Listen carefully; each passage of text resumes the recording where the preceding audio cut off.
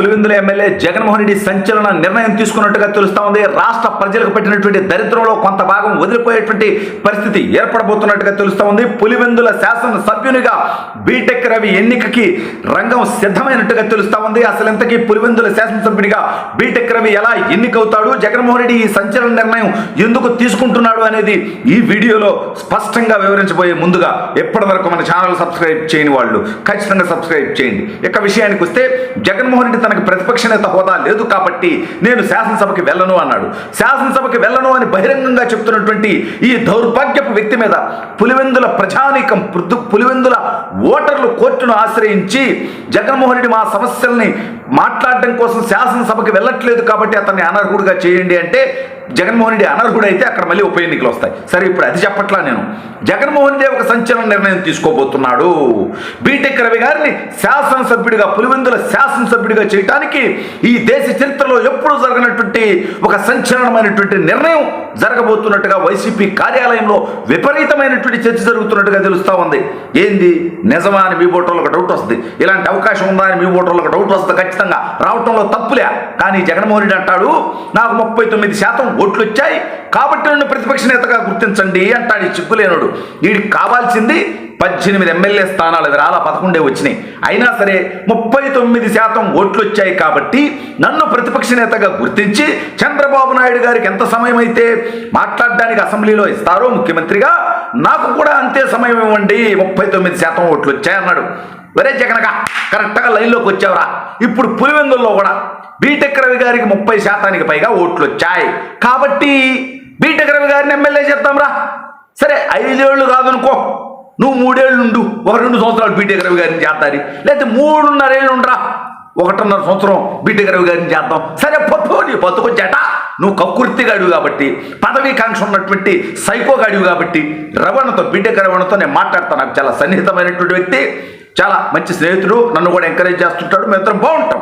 కాబట్టి నేను కన్విన్స్ చేస్తా అతన్ని. నువ్వు 4 ఏళ్ళు నుండి ఎమ్మెల్యేగా, బీటెక్ రవి ఒక్క 1 ఇయర్ ఇద్దాం పులివెందుల ఎమ్మెల్యేగా అవకాశం.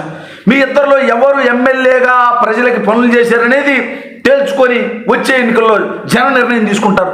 ఓకేనారా తాడేపల్లి పిల్లే, ఒరే పులివెందులు పులకేచా, ఈ యాపర్ నీకు ఓకేనాట్రా? మరి నీకెట్లాగైతే 39% ఓట్లు వచ్చినాయి కాబట్టి నీ పార్టీకి ప్రతిపక్ష నేత హోదా అడుగుతున్నావో, మరి 30% ఓట్లు వచ్చినటువంటి బీటెక్ రవి గారికి 5 సంవత్సరాల్లో, 2 సంవత్సరాలు, 1.5 సంవత్సరం చివరాఖరికి నేను కన్విన్స్ చేసుకుంటా చేసే బ్రదర్ మననే. కాబట్టి 1 ఇయర్ అయినా పులివెందుల ఎమ్మెల్యేగా ఆయన్ని ఎన్నుకుందాం. మరి నువ్వు రాజీనామా చేసేసి ఏకగ్రీవంగా బీటెక్ రవాణని ఒక 1 ఏడాది కాలం పట్టు పెడదాం. లేదంటే నువ్వే కోర్టును ఆశ్రయించు. నేను అడుక్కుంటున్నాను 39% ఓట్లు వచ్చినాయి కాబట్టి ప్రతిపక్ష నేత హోదా ఇవ్వమని, 30% ఓట్లు వచ్చినాయి కాబట్టి న్యాయంగా నేను బీటెక్ రవికి ఒక 2 ఏళ్ళు పులివెందుల శాసనసభ్యుడిగా ఇవ్వమని చెప్పి నేను ప్రపోజల్ పెడుతున్నాను. దీన్ని కోర్టు కూడా అంగీకరిస్తే బాగుంటుంది అని చెప్పి కోర్టు అడుక్కోరా. సిగ్గులేనుడా, నువ్వు ఒక మనిషి అంటరా? ఈడు ఏ చంద్రబాబు నాయుడు గారిని అయితే అక్రమంగా అరెస్ట్ చేసి జైల్లో పెట్టాడు, ఏ చంద్రబాబు నాయుడు గారిని అయితే నీ దగ్గర 23 మంది ఎమ్మెల్యేలు ఉన్నారు, అందులో 5-6 మందిని లాగేస్తే నీ ప్రతిపక్ష నేత హోదా పోతుందని వీడే మాట్లాడాడు. అంటే 18 మంది ఎమ్మెల్యేల కంటే తక్కువ ఉంటే నీకు ప్రతిపక్ష నేత హోదా ఉండదు అని జగన్మోహన్ రెడ్డి మాట్లాడాడు. మరి అటువంటి చంద్రబాబు నాయుడు గారిని ఇప్పుడు అడుక్కుంటున్నాడు, నాకు ప్రతిపక్ష నేత హోదా ఇవ్వు అని. వీడికి పులి సింహము, రాయలసీమ సింహము, రాయలసీమ బిడ్డ, క్యాన్సర్ గడ్డ అని వీడికి పెద్ద ఎలివేషన్లు ఇస్తూ ఉంటారు ఆ పేటీఎం డ్రాగ్స్. ఇప్పుడు స్పీకర్గా ఉన్నటువంటి అయ్యన్న పాత్రుడి గారిని అడుక్కుంటున్నాడు, నన్ను ప్రతిపక్ష నేతగా గుర్తించు అని. ఈ అయ్యన్న పాత్రుడి గారి మీద 70 సంవత్సరాల వయసులో ఆయన మీద రేపు కేసు కూడా పెట్టినటువంటి దౌర్భాగ్యుడు.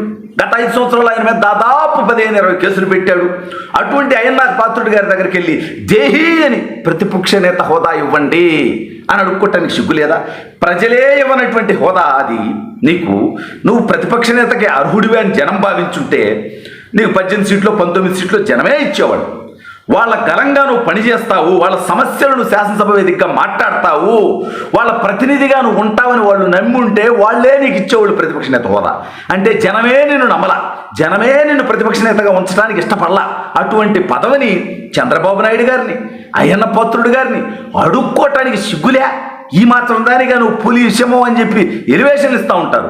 నీ దగ్గర ఉన్నటువంటి నీతో సహా 11 మంది శాసనసభ్యులు శాసనసభకు వెళ్ళినప్పుడు మేము అంటే ఈ రాష్ట్ర ప్రజలు కట్టేటువంటి పన్నుల నుంచి జీతం ఎలా తీసుకుంటారు, మీరు అలవెన్స్లు ఎలా తీసుకుంటారు? జగన్మోహన్ రెడ్డి గారు అయితే విపరీతమైనటువంటి సెక్యూరిటీ, దానికి ₹1,00,000 ఖర్చులు. కూటమి ప్రభుత్వానికి నా విన్నపం ఏంటంటే వీళ్ళు శాసనసభకు రానప్పుడు ఖచ్చితంగా వీళ్ళకున్నటువంటి సెక్యూరిటీ తొలగించండి. మేము కట్టేటువంటి పనుల నుంచి మా పనులు చేయనటువంటి, మా సమస్యలు మాట్లాడినటువంటి నికృష్టులకి మా పన్నులతో సెక్యూరిటీ ఎందుకు పెడతారు?